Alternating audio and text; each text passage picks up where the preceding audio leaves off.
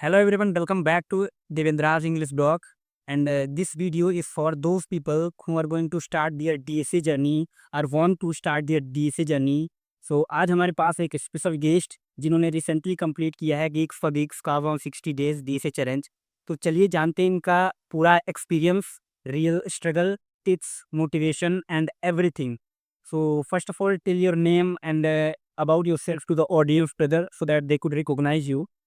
First of all thank you Deven.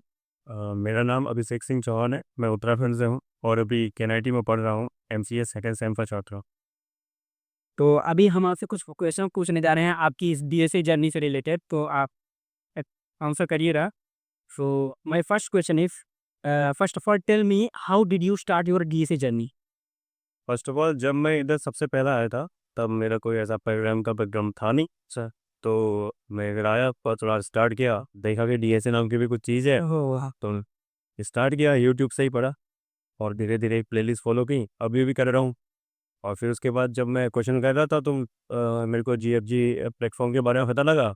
उधर गया तो मेरे को एक नोटिफिकेशन मिला कि 160 चैलेंज शुरू हो रहा है।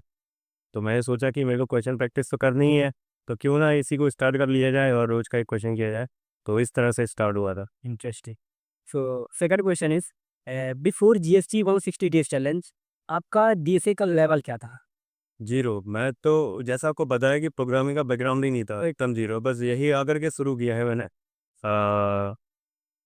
आई थिंक इन सितंबर। सितंबर। हाँ, और अभी भी चल रहा है, ऑलमोस्ट कंप्लीट हो गया। चल रहा है।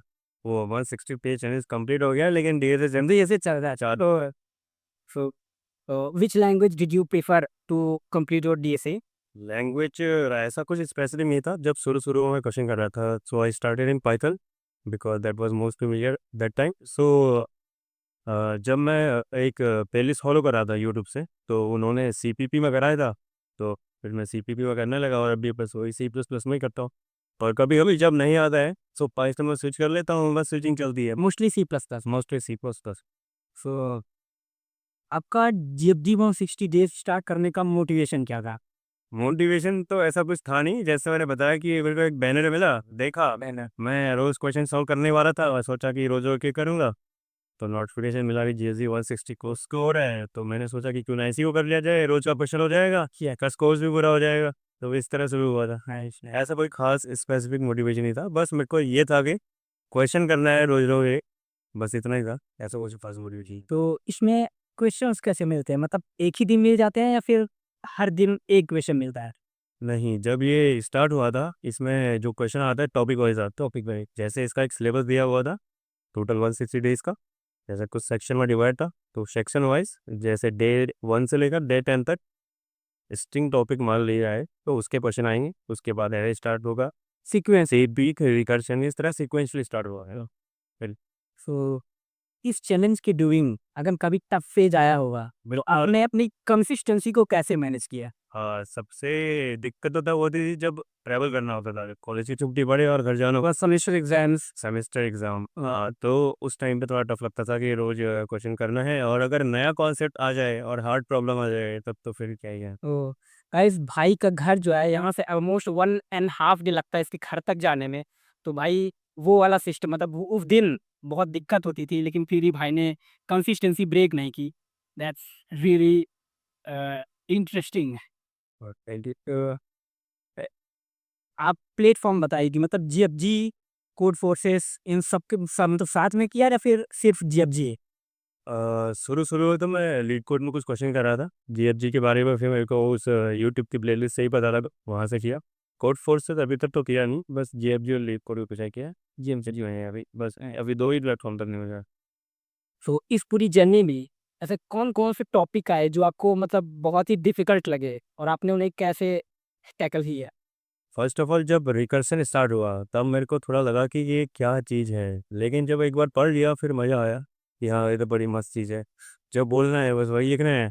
और कुछ टॉपिक ऐसे थे जैसे DP हो गया, ग्राफ हो गया, ये टॉपिक ऐसे थे मैंने कभी देखे नहीं हुए थे पहले, तो ये शुरू में थोड़ा डिफिकल्ट लगे, अभी भी है। कुछ एल्गोरिथम पर्टिकुलर जो लगता है इसमें टाइम, तो ये सब टॉपिक है जो लगता है थोड़ा टाइम टेकिंग है, इनको अच्छे से टाइम देना पड़ता है।